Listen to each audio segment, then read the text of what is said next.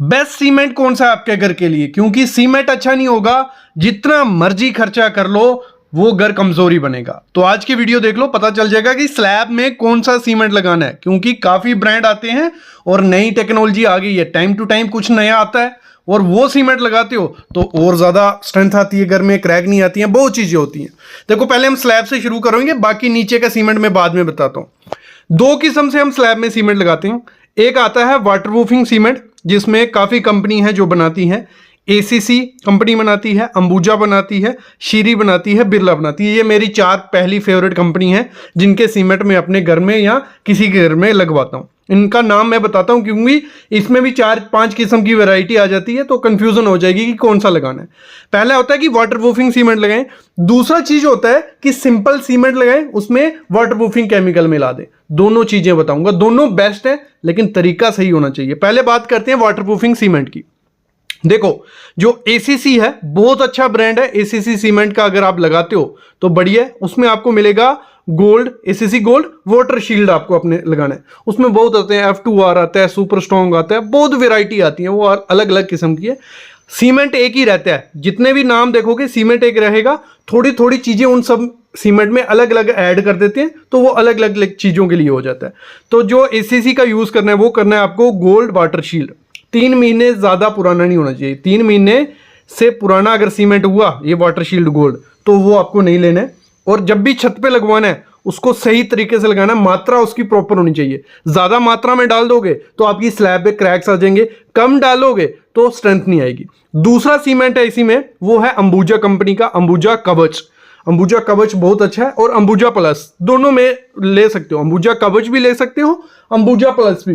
तो ये भी अच्छा सीमेंट है, वाटरप्रूफिंग सीमेंट है। स्लैब में जब यूज करते हो इसमें वाटर रेपेलेंट टेक्नोलॉजी होती है कि पानी को एक बार ये सेट हो जाए पानी को अपने ऊपर टिकने नहीं देता। ये दूसरा हो गया। तीसरा है श्री कंपनी का श्री रूफोन, ये भी आप लगा सकते हो। बिरला कंपनी का है बिरला रक्षक, ये भी लगा सकते हो। 4 सीमेंट हो गए, नाम आपको पता चल गया, स्लैब में ये यूज करने हैं। आप बोलोगे कि अल्ट्राटेक क्यों नहीं बताया, मेरा अल्ट्राटेक फेवरेट नहीं है, उसमें बहुत धांधली होती है क्योंकि लोग बीच में मिक्स कर रहे हैं वो सीमेंट। तो अल्ट्राटेक मैं रिकमेंड नहीं करता, ये 4 कंपनी का मैंने रिकमेंड कर दिया। अभी करना क्या है, दूसरा ऑप्शन हमारे पास हो जाता है कि सिंपल सीमेंट ले और उसमें वाटरप्रूफिंग केमिकल डालें। वो भी बड़ा अच्छा ऑप्शन है। आप किसी भी कंपनी का लो, एसीसी का, अंबुजा का, श्री का, बिरला का, कोई सा भी सीमेंट उठा लो। ये नहीं बोल रहा कि ओपीसी 53 लो, पीपीसी लो, क्योंकि जब टॉप ब्रांड नाम आ गए तो जो वो सीमेंट बनाएंगे वो अच्छा ही होगा। बस 3 महीने ज्यादा पुराना नहीं होना चाहिए और एक किसी रजिस्टर्ड डिस्ट्रीब्यूटर से लेना है, लोकल कभी नहीं लेना है। जिससे भी लो जीएसटी जरूर लो, भले थोड़े पैसे ज्यादा लगेंगे लेकिन जेन्युइन सामान मिलेगा। नहीं तो ब्लैक सीमेंट, डुप्लीकेट सीमेंट बहुत आ गया मार्केट में, हर कंपनी का मिल जाता है। तो ये दो देख समझ के लेना। सिंपल सीमेंट हमने लिया, उसमें हमें वाटरप्रूफिंग केमिकल डालना है। अब केमिकल कौन सा डालना है, 3 केमिकल के मैं नाम लेता हूं। एक डॉक्टर फिक्सिट का आप डाल लो, ठीक है, LW+ ये मिल जाएगा। सिक्का कंपनी का डालो, सिक्का कैम, ये मिल जाएगा। फिर आपको लोकल मार्केट से अगर मिलता है सिद्धि विनायक का, इंडिया का बना हुआ है, तो ये केमिकल डाल दो। ये एडमिक्सचर जब आप उसमें सीमेंट में डालते हो तो आपका क्या होता है, जो कंक्रीट होता है वो वाटरप्रूफ हो जाता है। बस इसको ध्यान रखना है, जब भी केमिकल डालना है मेजर करके डालना। सबसे बड़ी गलती क्या होती है, जब भी स्लैब कॉस्ट की जाती है, जल्दी जल्दी के चक्कर में जो मिस्त्री होता है, जो नीचे लेबर लगी हुई है, वो मिक्सिंग सही नहीं करते हैं। कहीं सीमेंट ज्यादा जा रहा है, कहीं केमिकल ज्यादा जा रहा है, तो वो लापरवाही से आपका क्या होता है, आपकी छत में क्रैक आते हैं और वाटरप्रूफ नहीं होती है छत। तो सिंपल सीमेंट कोई भी लेना है किसी कंपनी का, उसमें वाटरप्रूफिंग केमिकल ये 3 जो आपको मिलते हैं डाल दो, नहीं तो कोई दूसरा केमिकल भी डाल सकते हो। बस एडमिक्सचर उसको बोलना, कंक्रीट के लिए एडमिक्सचर चाहिए वाटरप्रूफिंग, ठीक है।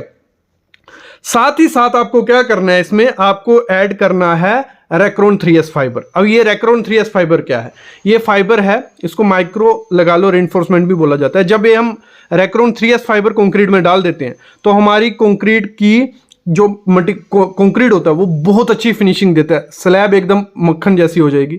दूसरा, स्लैब में क्रैक्स नहीं आने देता। तीसरा, ये स्ट्रेंथ को और ज्यादा बढ़ा देता है, सीमेंट की स्ट्रेंथ को और ज्यादा बना देता है, स्ट्रक्चर को और ज्यादा मजबूत बना देता है, क्योंकि इसमें जो पार्टिकल होते हैं एक दूसरे से अच्छे से जुड़ जाते हैं।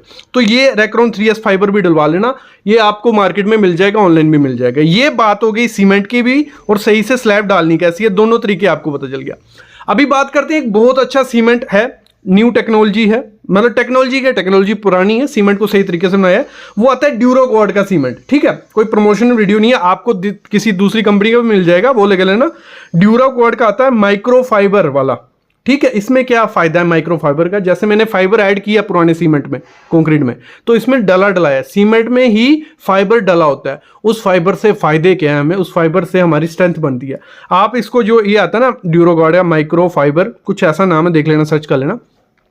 ये आप प्लास्टर में यूज करो, मैं मस्ट रिकमेंड करता हूं अपने घर का, जब भी प्लास्टर करवाना इसको यूज करो, क्योंकि इसमें फाइबर पड़ा है, क्रैक्स नहीं आएगी और स्ट्रेंथ बढ़ती है।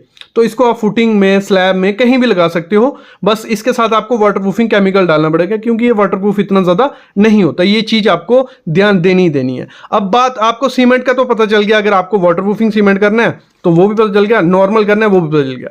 लेकिन जब हम स्लैब डालते हैं, कोई भी स्ट्रक्चर बनाते हैं, स्लैब डालते हैं, फुटिंग करते हैं, कॉलम करते हैं, जितना मर्जी अच्छी क्वालिटी का सीमेंट लगा लो, अगर उसमें वाइब्रेटर नहीं लगेगा, अगर उस स्ट्रक्चर में वाइब्रेटर नहीं डालोगे और सही तरीके से नहीं डालोगे, तो आपका सीमेंट स्ट्रेंथ लेगा ही नहीं। वो क्योंकि सीमेंट कंक्रीट तब स्ट्रेंथ बनती है उसमें जब वो प्रॉपर से कंपैक्ट हो। अंदर अगर उसके हवा रह गई, गैप रह गया, तो वो स्ट्रेंथ नहीं लेता है, वो सड़िया का सड़ जाएगा सरिया आपके, जब उसमें पानी लगेगा। एक तो वाइब्रेटर मारना है, दूसरा उसकी 10 दिन तराई करनी है।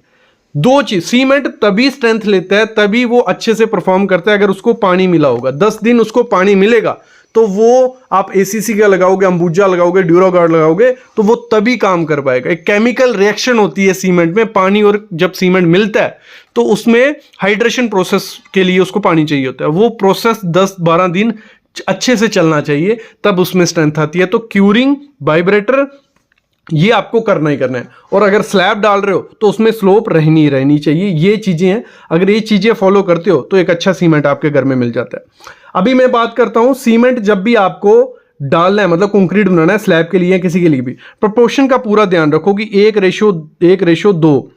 अगर जिस एरिया में ज्यादा सीमेंट अगर डाल देंगे वो लोग, मिक्सिंग अगर सही से नहीं करेंगे, तो उस एरिया में क्या होगा, वो सीमेंट ही होता है, फट जाता है। कईयों के दिमाग में ये रहता है कि ज्यादा सीमेंट डाल देंगे कोई दिक्कत नहीं है, स्ट्रेंथ ज्यादा आएगी। वो सबसे बड़ी गलती है। ज्यादा सीमेंट डालोगे तो आपका सीमेंट फटने वाला है, कम डालोगे तो उस जगह से सीमेंट क्या होगा, रेता निकलने लग पड़ेगा, बजरी निकलने पड़ेगा, वो बुरने लग पड़ेगा।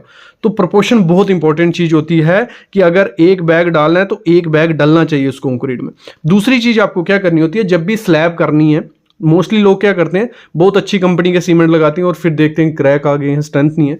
तो जब भी करनी है, जैसे ही आपका कंक्रीट हो रहा है, जैसे यहां एक कंक्रीट 30 से 40 मिनट हो गए इस कंक्रीट को हुए लगा लो, 1 घंटा भी हो गया, 2 घंटे के बाद उस कंक्रीट को पानी की जरूरत पड़ जाएगी, प्यास लग जाएगी उसको, क्योंकि बहुत मेहनत की है उसने, पहले वो बना है, फिर डला है, फिनिशिंग हुई है, तो उसको प्यास लगी होती है। 2 घंटे बाद पानी दे दोगे तो वो फटेगा नहीं। पानी किस तरीके से देने, गीली बोरी बिछा दो या थोड़ा थोड़ा फुवारा मारो पानी का, तो वो सीमेंट फटता नहीं है। तो इस तरीके से आपको करना है कि 2 घंटे बाद उसको थोड़ा थोड़ा पानी मारना शुरू कर देना है, कि उसका सरफेस नहीं खराब हो लेकिन वो तर रहे थोड़ा। तो बाकी ये 2 घंटे बाद जब शुरू करोगे, 10 दिन तक ये काम करते रहना है। तो इस तरीके से स्ट्रेंथ आती है घर में, नहीं तो कोई भी सीमेंट यूज कर लो, दिक्कत आएगी। और चीज क्या ध्यान देनी है, 3 महीने ज्यादा पुराना सीमेंट नहीं होना चाहिए। किसी अच्छे बंदे से सीमेंट लेना जिसकी रेपुटेशन अच्छी हो, और जीएसटी ले लो, एक अच्छा सीमेंट मिल जाए। और वही सीमेंट लो, कोई भी, मैं बोलता हूँ किसी कंपनी का लो, वही सीमेंट लो जिसका जो बैग होता है ना, वो बाहर से प्लेन सा रहता है। एक आता है धागे वाला बैग, उसमें से सीमेंट निकल गया होता है और उस बैग में मॉइस्चर लग जाता है। जो आता है वाटरप्रूफिंग बैग होते हैं, ठीक है, बहुत कंपनी बना रही है, हर एक कंपनी बना रही है। वो सीमेंट से सीमेंट भी चोरी नहीं हुआ होता है, और होता क्या है, चांसेस होते हैं कि वो अच्छा जेन्युइन सीमेंट हो। तो इस तरीके से लगाओ यार, आपका घर भी स्ट्रांग बनेगा, कोई दिक्कत भी नहीं आएगी।